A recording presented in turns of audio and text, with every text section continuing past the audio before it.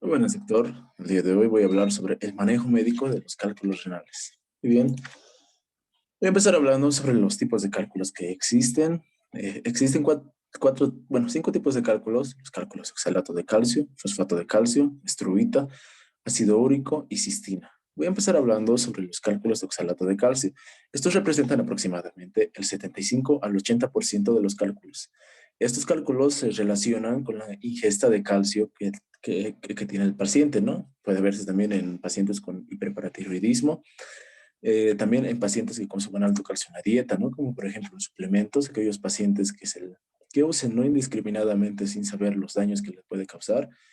Eh, Ahora voy a hablar sobre los cálculos de fosfato de amonio y magnesio. Estos también son conocidos como cálculos de Struvita. Estos se forman en un pH alcalino arriba de 7.0. Estos son causados por unas bacterias productoras de ureasa, usualmente el estreptococo, el estafilococo, etcétera, ¿no? También cabe recalcar que este tipo de cálculos es más común en pacientes diabéticos. ¿Por qué en pacientes diabéticos? Porque los pacientes diabéticos, como bien se sabe, estos eliminan glucosa por la orina.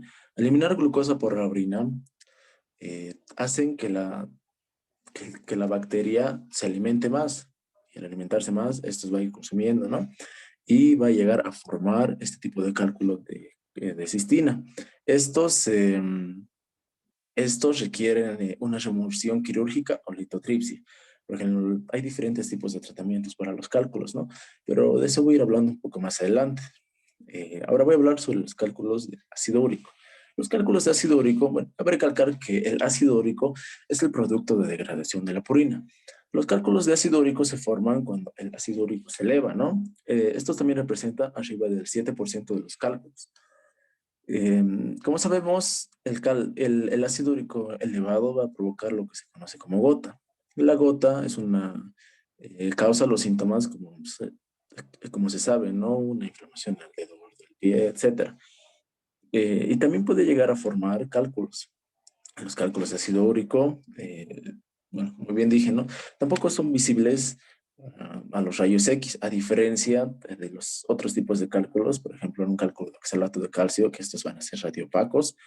Eh, los cálculos de ácido úrico también se forman muchísimo más fácilmente en la orina y estos pueden tratarse alcalinizando la orina, ¿no? Con sales de citrato de potasio para evitar de que se forme otra vez y su recurrencia. Ahora voy a hablar sobre los cálculos de cistina.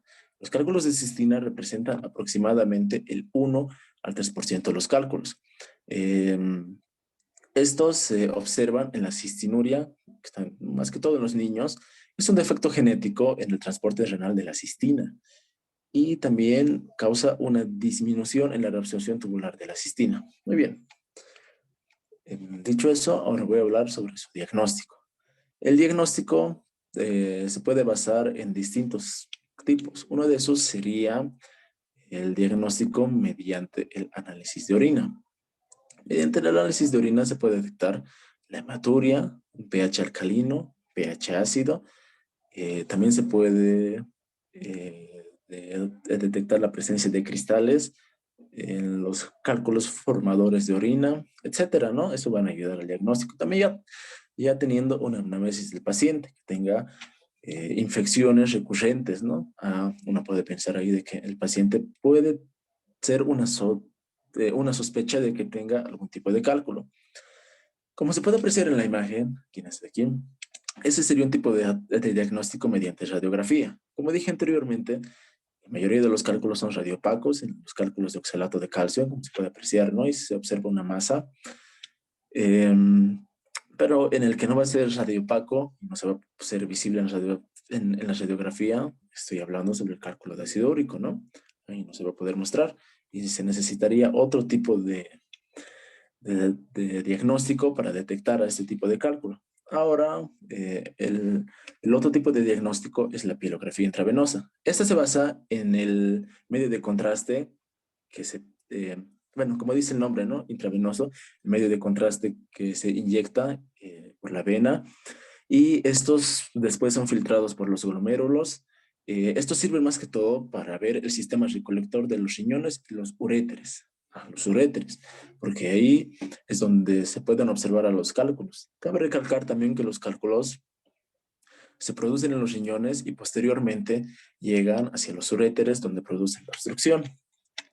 El otro tipo de diagnóstico que se puede utilizar es la ultrasonografía abdominal. En la ultrasonografía abdominal, esta cabe recalcar que es muchísimo más sensible hacia la hidronefrosis, pero también puede ayudar a diagnosticar a los cálculos renales. Como se puede apreciar en la imagen, ahí se puede observar una litiasis en el riñón izquierdo. También se puede observar un uréter proximal dilatado y una sombra acústica. El otro tipo de diagnóstico que se puede realizar es la urografía excretora, que también es bastante utilizada, un poco más cara que las otras anteriores, pero la más usada es la- el diagnóstico basado en rayos X. Muy bien, ahora voy a pasar al tratamiento.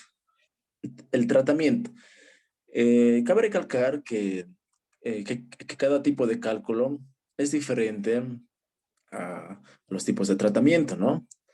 Para empezar, a un paciente que llegue así a la clínica con sospecha de cálculo, lo primero que se tiene que hacer es aliviar los síntomas, porque en las fases agudas es bastante doloroso. En las fases de obstrucción, el paciente se va a quejar bastante de dolor. Y si es un paciente con un cálculo de cistina, se le tiene que dar antibióticos. Eso va a ser más que todo, muchísimo más antes de realizar otro tipo de tratamiento, ¿no? Como dije, es dependiendo al tipo de cálculo. También en la mayoría de los cálculos que son menores a 5 milímetros, estos se pueden eliminar mediante la orina. Un objetivo principal del tratamiento es evitar su recurrencia. La ingesta de líquidos puede ayudar a evitar la formación de cristales y así expulsarlos mediante la orina. Por ejemplo, en la formación de los cálculos de oxalato de calcio, un tratamiento que se podría realizar es la disminución del consumo de oxalatos. Los oxalatos que pueden estar presentes en las acelgas, en el cacao, en el chocolate, etcétera. Eh, un método que se utiliza, por ejemplo, en la imagen se puede observar, es la litotripsia. ¿Pero qué es la litotripsia? La litotripsia, esta utiliza ondas de choque acústicas para fragmentar al cálculo. Aquí se puede apreciar en la imagen que hay un cálculo y lo que hace esta maquinita es enviar unas ondas de choque, van a hacer de que el cálculo se fragmente. Cuando se fragmenta, este va a salir expulsado por la orina. Otro tratamiento también es la cirugía abierta, pero no es muy utilizada hoy en día, pero dependiendo, si es un cálculo muy grande o que, por ejemplo, no responda a la litotripsia, va a ser utilizada. Y también el otro tratamiento es en la remoción ureteroscópica, en donde se mete el uterescopio mediante la uretra, en la vejiga, llega al uréter y se lo extrae. Bueno, voy a hablar sobre también lo que estuve mencionando, ¿no? Los tipos de tratamiento para el tipo de cálculo. En los cálculos de oxalato de calcio, el tratamiento va a ser de la afección subyacente. Por ejemplo, el paciente puede ser de que consuma mucho calcio, como dije, ¿no?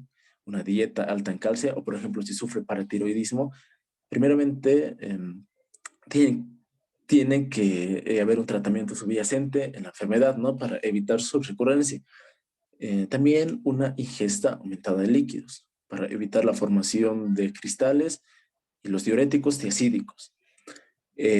También en los cálculos de fosfato de magnesio y amonio es el tratamiento de las infecciones de las vías urinarias recurrentes.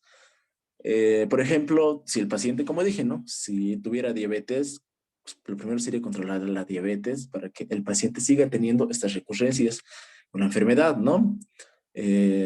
Para que tenga también un cuidado en esa zona y también de que exista una acidificación de la orina, porque como dije anteriormente, En los cálculos de fosfato de magnesio y amonio va a ser en un pH alcalino arriba de 7.0. En este caso, el tratamiento sería de acidificar la orina para así ayudar a un tratamiento mejor. En los cálculos de ácido úrico va a ser lo contrario, ¿no? Alcalinizar la orina con las sales de citrato y potasio. También un aumento en la ingesta de líquidos. ¿Por qué? Porque el agua puede ayudar a alcalinizar la orina. Em, También se puede utilizar el aropurinol y la alcalinización de la orina, como dije, ¿no? Y en los cálculos de cistina tiene que haber también una alcalinización de la orina y un aumento de la ingesta de líquidos. Así como estuve diciendo anteriormente, cada tipo de cálculo va a requerir un tipo de tratamiento y que el paciente siga, ¿no?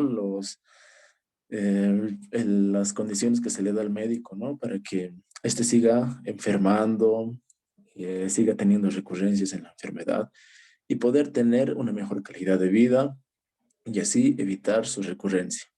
Muy bien, doctor. Eso sería en la exposición del día de hoy. Muchas gracias. Hasta luego.